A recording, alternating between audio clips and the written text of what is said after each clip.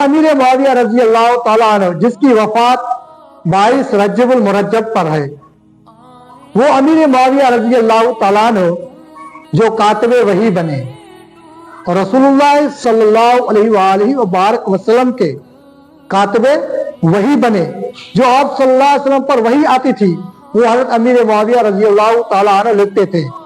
یہ اس بات کا ثبوت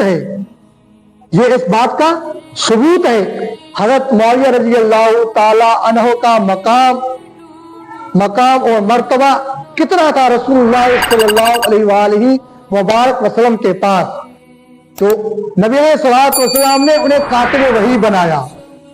حضرت امیر معاویہ رضی اللہ تعالیٰ عنہ اور رسول اللہ صلی اللہ علیہ وآلہ وبارک وسلم کے سالے تھے۔ ام حبیبہ رضی اللہ تعالیٰ عنہ کا بھائی تھا جو نبی اکرم صلی اللہ علیہ وآلہ وبارک وسلم کی زوجہ محترمہ تھی، امہات المومنین تھی۔ ابو سفیان کا بیٹا ہے۔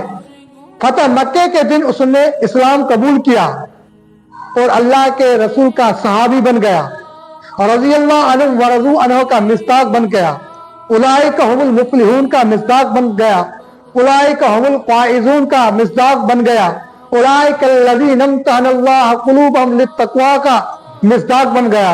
وہ حضرت امیر معاویہ رضی اللہ تعالیٰ عنہ جنہوں نے آدھی دنیا پر حکومت کی، وہ امیر معاویہ رضی اللہ تعالیٰ عنہ جب سیدنا امیر المومنین عمر بن خطاب رضی اللہ تعالیٰ عنہ نے اس کے دبدبے کو دیکھا اور کہنے لگا آج تو مجھے کیسر اور کسرا کا بادشاہ نظر آتا ہے، یہ تھا حضرت امیر معاویہ رضی اللہ تعالیٰ عنہ، اسلام کا جنرل تھا جس نے بڑی بڑی فتوحات کی، اسلام کو روشن کیا، اسلام کو پھیلایا۔ تو یہ نبی علیہ الصلوۃ والسلام کا ایک صحابی تھا، سیدنا امیر المؤمنین امیر معاویہ رضی اللہ تعالی عنہ۔ آج کچھ ایسے لوگ ہوتے ہیں جو اس کو برا بلا کہتے ہیں۔